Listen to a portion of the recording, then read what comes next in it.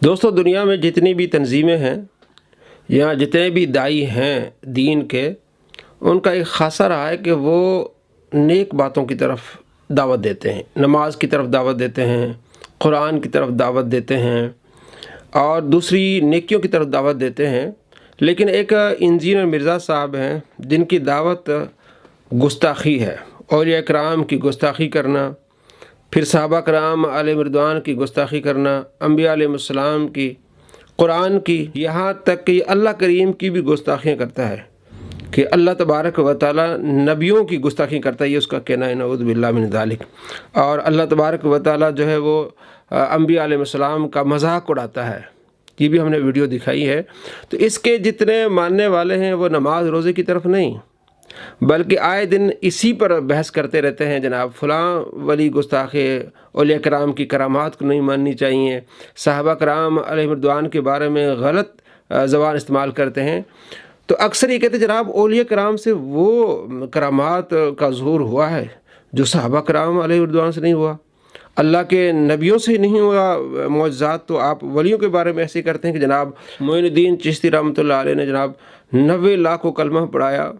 تو جناب آپ نے کتنا علم پڑھا ہے؟ آپ نے صحابہ کرام علیہ رضوان کی سیرت پڑھی ہے؟ آپ نے مسلم پڑھی ہے؟ آپ نے بخاری پڑھی ہے؟ یا صرف مرزا کو سن کے آپ نے اسی طرح جو ہے وہ بدتمیزی بد اخلاقی کا بازار گرم کیا ہے؟ آئے میں آپ کو دکھاتا ہوں۔ حضرت ابو امامہ باہلی رضی اللہ تعالیٰ عنہ باہلا کے رہنے والے تھے۔ آپ صلی اللہ تعالیٰ علیہ وآلہ وسلم نے فرمایا کہ تم جاؤ اپنے قبیلے کو اسلام کی دعوت دو۔ حضرت ابو امامہ باہل رضی اللہ تعالیٰ اپنے قبیلے جاتے ہیں، ان کو دعوت دین دیتے ہیں، وہ لوگ انکار کرتے ہیں، یہاں تک کہ آپ کو کھانا پانی کچھ بھی نہیں دیتے، آپ بھوکے پیٹ ہوتے ہیں، بھوک کی شدت کی وجہ سے آپ سو جاتے ہیں، تو خواب میں آپ کو کھلایا پلایا جاتا ہے، اور جب آپ بیدار ہوتے ہیں تو بھوک پیاس کے اثرات ختم ہو چکے ہوتے ہیں۔ یہ دیکھ کر سارے لوگ مسلمان ہو جاتے ہیں۔ المعجم الکبیر حدیث نمبر 8099۔ ابو امامہ باہلی رضی اللہ تعالیٰ عنہ بھوکے سوتے ہیں اور خواب میں ان کو کھلایا پلایا جاتا ہے۔ لوگ جب یہ دیکھتے ہیں کہ یہ تو بھوکے سوئے تھے، ہم نے ان کو کچھ نہیں دیا، اب ان کا پیٹ جو ہے وہ ماشاءاللہ کھانے سے بھرا ہوا ہے، تو یہ چیز دیکھ کے مسلمان ہو جاتے ہیں، سارا قبیلہ مسلمان ہو جاتا ہے۔ اگر یہ کرامت کسی ولی کی ہوتی تو انجین مرزا اور اس کے سارے چیلے انکار کر دیتے۔ اب چونکہ حدیث میں ہے، معجم الکبیر میں ہے، اور اس کے باب زبیر زئی نے اس کو سند حسن کہا ہے۔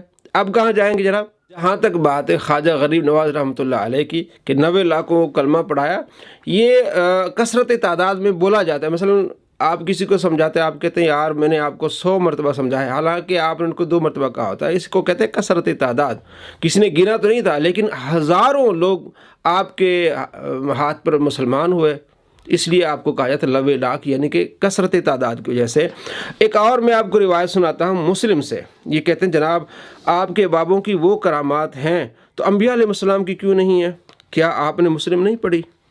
اچھا، ایک تو بات یہ کہ کرامت کے لیے کوئی سنت طریقہ نہیں ہوتا کہ جناب نبی سے معجزہ کا ظہور ہو تو اس کے بعد اسی طرح کی کرامت ہو۔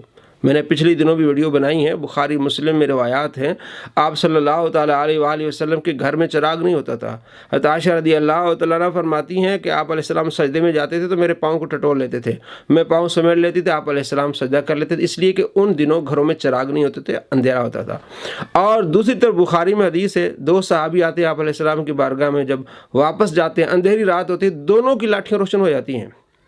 ایک طرف آپ علیہ السلام گھر میں اندھیرا ہے اور دوسری طرف صحابہ کرام علیہ رضوان کی لاٹھیاں جو ہے وہ روشن ہو رہی ہیں۔ تو یہ کرامات کا ظہور کبھی بھی ہو سکتا ہے، اس کے لیے یہ لازمی نہیں کہ آپ علیہ السلام کے گھر میں اندھیرا ہے تو ادھر کیوں چراغ ہوئی، پھر آپ کریں بخاری کا انکار۔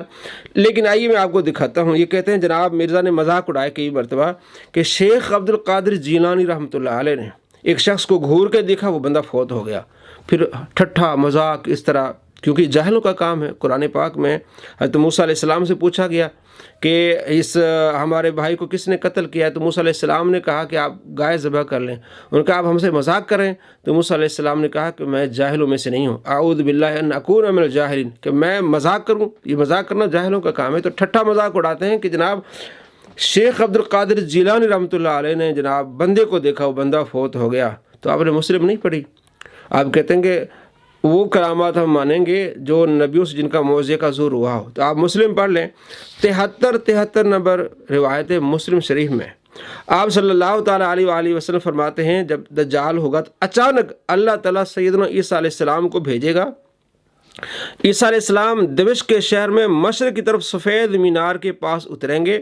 وہ زرد رنگ کا جوڑا پہنے ہوئے ہوں گے اور اپنے دونوں ہاتھ 2 فرشتوں کے بازوں پر رکھے ہوئے ہوں گے۔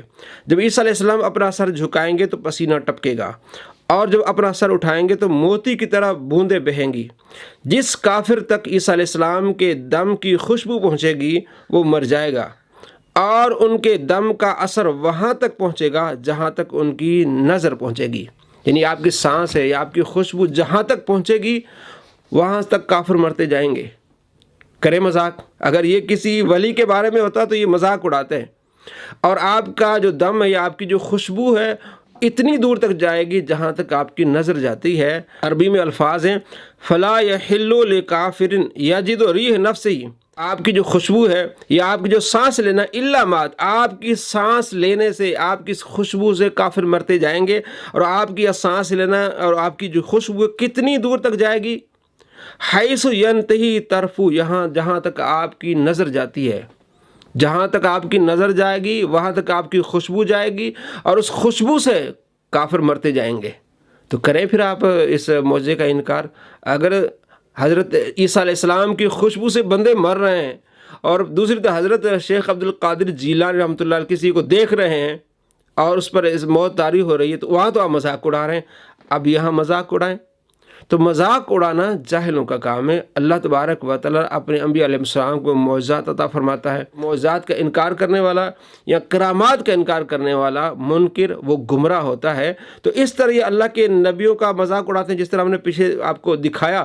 اس نے حضرت عیسیٰ علیہ السلام کی جو والدہ اس پر تہمت لگائی اور گندے زبان استعمال کی۔ روایتوں میں یہ بھی ملتا ہے کہ اس زمانے میں کوئی ہارون نامی بندہ ایسا تھا جو بدکار مشہور تھا، اس کی طرف حضرت مریم کو منسوب کر دیا گیا کہ تو بھی وہی پیڑی نکلی ہے نا، جو کاموں نے پایا تو بھی وہی پایا ہے۔